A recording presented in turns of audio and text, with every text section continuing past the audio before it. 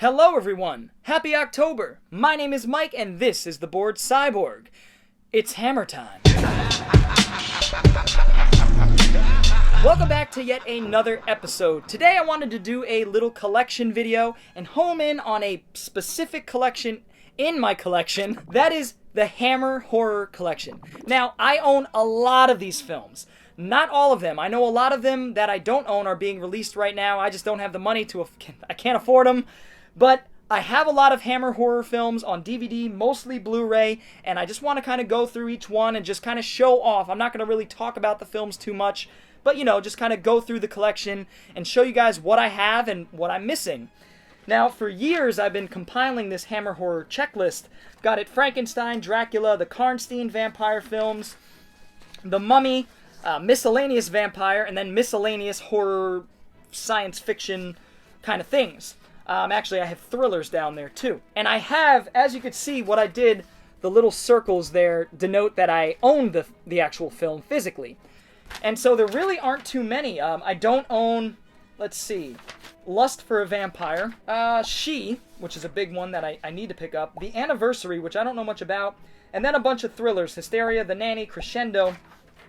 But for the most part, I own almost all of the Hammer horror films, and that makes me very proud, and I wanted to share my collection with you guys. If you have a Hammer horror collection, or if you've seen any horror films, Hammer horror films, feel free to leave some comments below so we can get a little discussion going, as per usual. Let's jump right in. So the first one on the top here, no specific order, guys, is a Hammer 3-pack. Prince of Darkness, which I own on Blu-ray, which you'll see soon. Frankenstein Created Women, or Woman, which is one of my favorites. I have that on Blu-ray as well. And then 7 Golden Vampires, The Legend of 7 Golden Vampires. Now, the reason why I own this is specifically for 7 Golden Vampires. I know Scream Factory has a release now. I'm dying to have it. This is Shaw Brothers and Hammer teaming up to do a vampire martial arts film. It's just that. So it's two things I love greatly, Shaw Brothers Hammer, coming together with Peter Cushing as a vampire hunter to make this movie. It's glorious. What can you say? Next up is this Hammer Horror Collection, which has Brides of Dracula, The Curse of the Werewolf with Oliver Reed, great werewolf movie.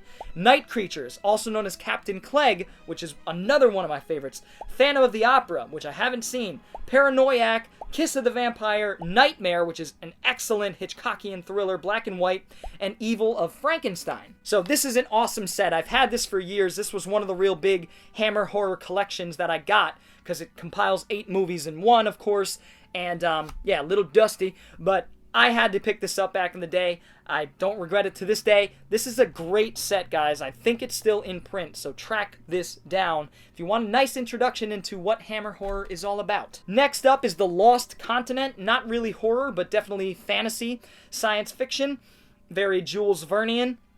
This is Hammer's take on the people that time forgot, the land that time forgot, At the Earth's Core, all those sort of American films that were being made, English and American films. This is Hammer's take on it. The Lost Continent, obviously it's an Atlantis film, so really cool. Another one I haven't seen is The Damned. I think it's also called These Are the Damned with Oliver Reed. I really don't know much about this one. I think it has to do with killer kids, or American tourist is looking for a relaxing holiday but is mugged by a psychopathic king and his gang of thieves. Oh yeah, 9 ice-cold children are being subjected to a horrifying experiment.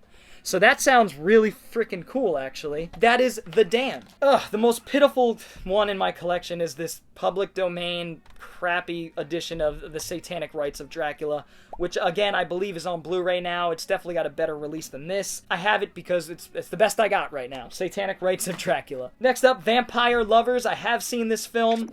Peter Cushing is in this as a supporting role.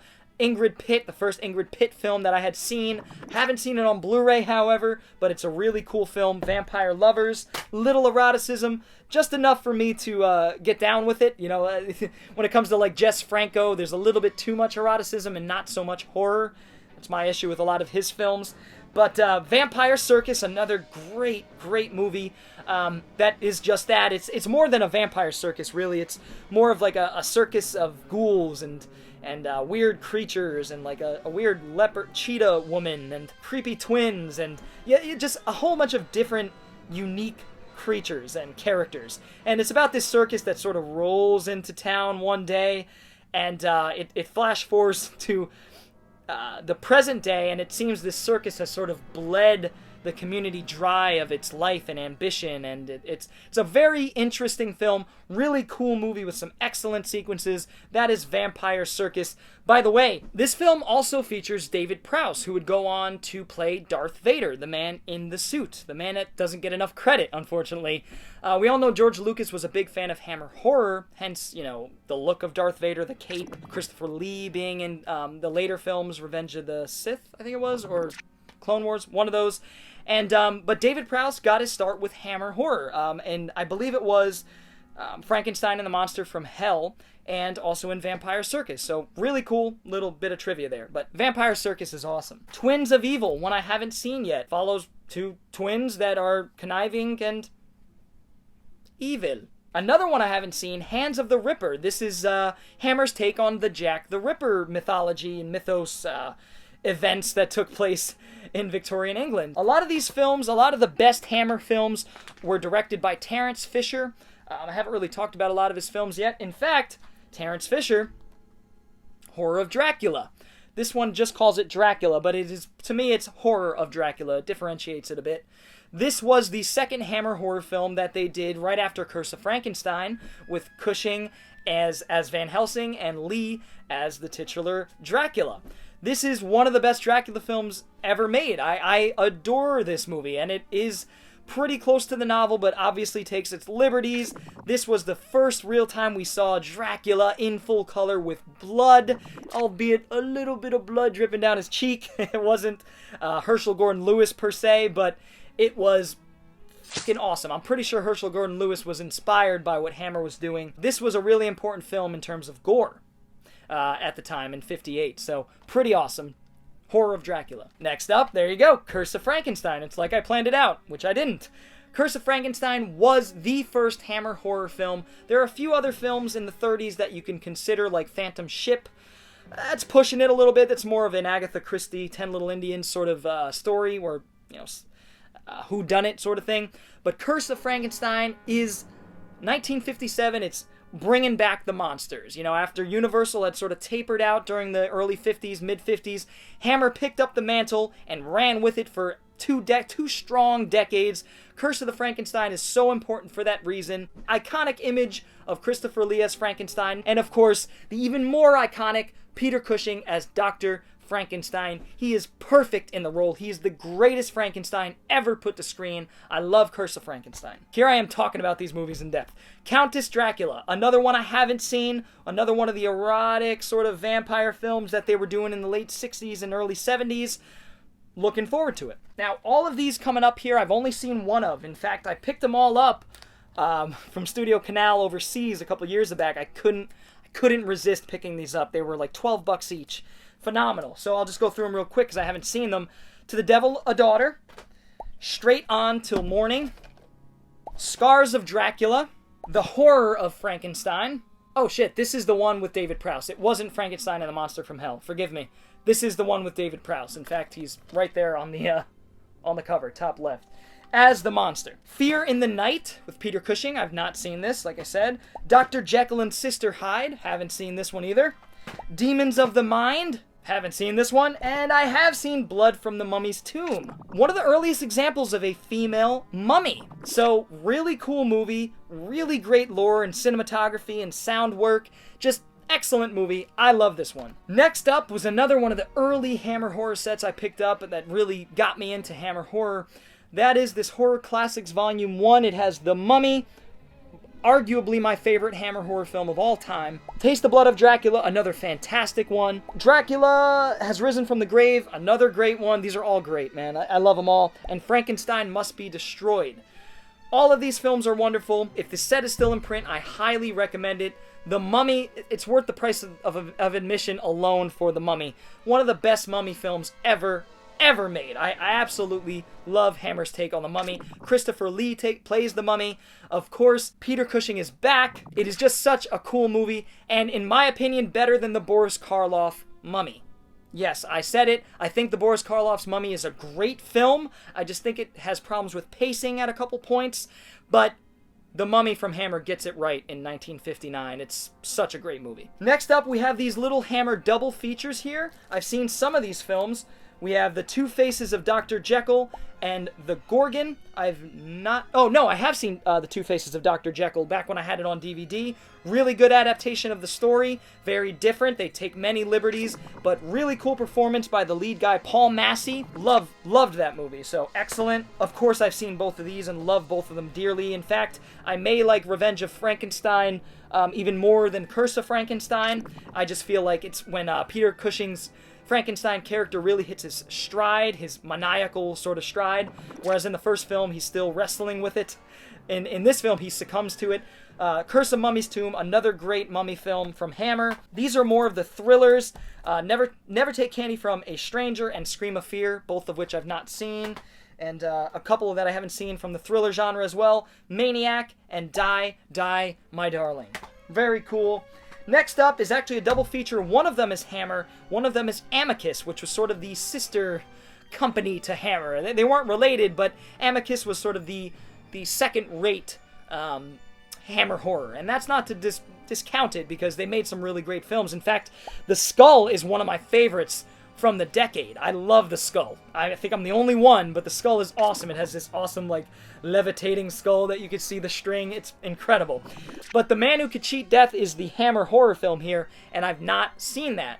It's an early Hammer horror film. In fact, it's from 59, right? So, same year as The Mummy, right after Curse of Frankenstein and Horror of Dracula. And last, but certainly not least, I saved this bad boy for last for a damn good reason, and that's because it is the most glorious set in my collection, especially my Hammer horror collection. I picked this up around 4 years ago now, 3 or 4 years ago, right before this puppy went out of print. I knew it was going to go out of print. I had to pick it up when I did. Thank goodness I did. I picked it up for around 80 bucks, sold some of my DVDs here and there to fund this, got it for 80 bucks. This motherfucker goes for hundreds of dollars now. But there's good news. Scream Factory picked up the rights to a lot of these films and is slowly releasing them, so you're able to get these films at a reasonable price now. Me personally, I'm happy with this. I'm happy with this. These transfers are great, and what I'll do is just go over... Oh, it's got a list right here. I want to show you guys the packaging first, for sure. So it slides out like so, and it's in this awesome little book format. And as you can see, it's got some great artwork there. And the table of contents is laid out like a book, really, with chapters. Plague of the Zombies, a great Hammer's take on the zombie genre, which is very unique. It's a very slow film, sort of like the zombies that it encompasses, and methodical, but really good in terms of atmosphere. We got Quatermass in the Pit, one of my favorite Hammer horror films of all time. It's more of a science fiction film about ancient aliens that have been here for a long time. It's awesome. Spawned a bunch of sequels, which are in the set. Rasputin, the Mad Monk, starring Christopher Lee. Haven't seen that one. What do we got here? The Devil Rides Out.